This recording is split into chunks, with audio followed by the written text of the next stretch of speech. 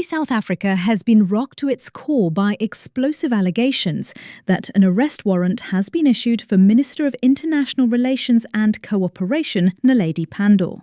What started as hushed whispers in diplomatic circles has erupted into a full-scale political crisis, leaving President Cyril Ramaphosa and senior ANC leaders reeling in shock. Confidential sources close to the matter claim the warrant stems from irregularities in foreign negotiations and secret financial dealings that could implicate top government officials. The story first circulated quietly through political channels, but exploded late last night, spreading rapidly through Parliament and the halls of power. This prompted the ANC to hold emergency meetings that dragged into the early morning. One insider described the union buildings as grim, tense, and chaotic. Ministers murmuring in clusters, aides dashing through corridors, and phones ringing incessantly. President Ramaphosa, briefed by intelligence officials, was reportedly stunned and completely blindsided. A senior official, speaking anonymously, confessed, "No one saw this coming." Pandor has long been the polished face of South African diplomacy. Verified, the fallout would devastate the ANC's credibility at home and abroad.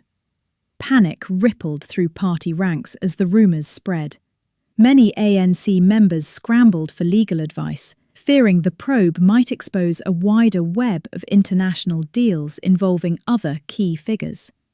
Some demanded the president address the nation immediately to regain control. ANC headquarters turned into a maelstrom of emotion and disarray, defensiveness clashing with dread, and a sharp divide emerging. Loyalists rallied to Pandor's defence, branding the claims a politically motivated smear by foreign powers, aiming to undermine South Africa's diplomatic independence. Others, more guarded, admitted privately that the allegations could be profoundly serious, potentially thrusting the country into an unprecedented diplomatic scandal. Opposition parties pounced without delay. The Democratic Alliance, DA, and Economic Freedom Fighters, EFF, called for an urgent parliamentary session to debate the bombshell. One opposition spokesperson declared, "If these reports hold, the president owes South Africans a full accounting. They deserve to know if their chief diplomat faces international criminal proceedings." As the story dominated headlines, social media ignited with fury and incredulity. Hashtags like #PandorWarrant and #DIRCOInCrisis trended nationwide, with users decrying it as another sign of governmental rot.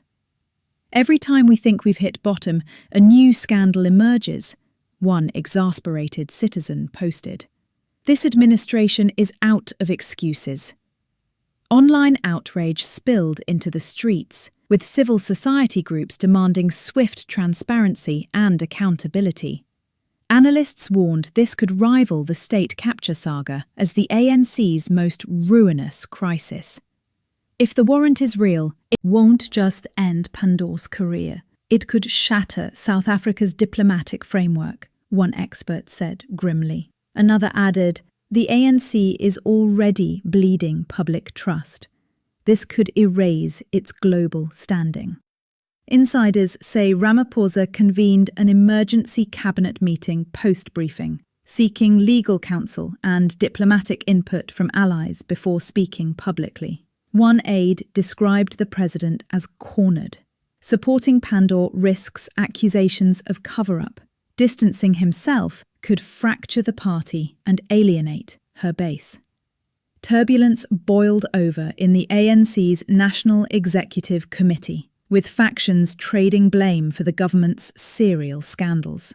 Some officials reportedly drafted resignations, dreading their own involvement surfacing. Others hired lawyers, bracing for subpoenas or scrutiny. Imprisonment. Beyond South Africa's borders, the diplomatic community reeled. Embassies in Pretoria sought urgent clarification from DIRCO. International media amplified the story, ratcheting up pressure. Foreign governments monitored closely, wary of ripple effects on bilateral ties and South Africa's role as a regional stabiliser. For a country once hailed as Africa's moral and diplomatic beacon, the stakes are existential. Domestically, exhaustion and unease prevail. Talk radio overflows with calls. News panels buzz with speculation. Social media simmers with debate. Citizens are split. Some see Pandor as a victim of internal ANC power plays. Others as yet another leader mired in corruption and denial. We always talk accountability, but no one owns up, a Soweto resident lamented. It's always someone else's fault. Opposition amplified calls for openness. The EFF labelled presidential silence as potential complicity. The DA demanded release of any warrant-related records. Anti-corruption watchdogs and advocacy groups pushed for an independent probe, free of political meddling. Inside the presidency, Ramaphosa's team debated strategy fiercely. Some urged a national address to project calm and command. Others feared it could implode if fresh details contradicted him. For now, he stays mum, weighing words amid mounting pressure. Commentators view this as Ramaphosa's make or break moment. Elected on reform and anti-graft pledges, his handling will shape his legacy and the ANC's survival. As dawn broke over Pretoria, anxiety gripped the capital. Media thronged government buildings, security tightened, ministers slipped in for briefings. Inside, the once cohesive ANC seemed splintered and paranoid. To many South Africans, this transcends scandal. It's a national reckoning. Over meals and in workplaces, one question lingers. Is this the international bombshell that cripples the ANC, or will leaders deflect and downplay once more? The truth remains elusive, but the peril is undeniable. The ANC, symbol of liberation, teeters on collapse. Ramaphosa juggles transparency with party unity under crushing strain. A scandal-weary public watches in disillusionment as silence deepens. Globally, South Africa's hard-won diplomatic prestige hangs in the balance. Its mediation legacy, peace brokering and post-apartheid model at risk from corruption's shadow. Observers in Washington, Brussels and beyond await whether Ramaphosa rises above or succumbs to familiar decay. At home, citizens battle scandal fatigue. We hope each one's the last, but it never stops, a Johannesburg student sighed. We're exhausted by excuses. As hours stretch to days, speculation swells. Will the warrant surface publicly or fade into obscurity? Some predict exposure of vast illicit networks in trade, offshore funds and patronage. Others suspect a factional ploy against Ramaphosa's reformers. Uncertainty paralyses the nation. Leaders mute, people restless. Official spokespeople stonewall. State media stays neutral. The info void fuels distrust.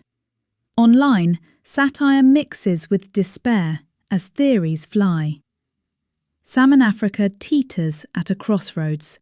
Ramaphosa's next step could restore faith or unleash chaos. Inside ANC walls, suspicion walls. Ministers huddle, strategists scramble. Abroad, allies doubt its moral clout. In homes nationwide, disbelief yields to resignation. We've seen it all. Promises, probes, then nothing, a Cape Town taxi driver said. As night falls on Pretoria again, Cameras wait, reporters poised. Inside the union buildings, fateful choices unfold in hush.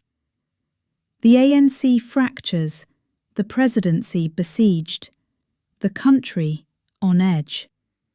Redemption or ruin? South Africa watches, tense, as leadership's silence grows deafening.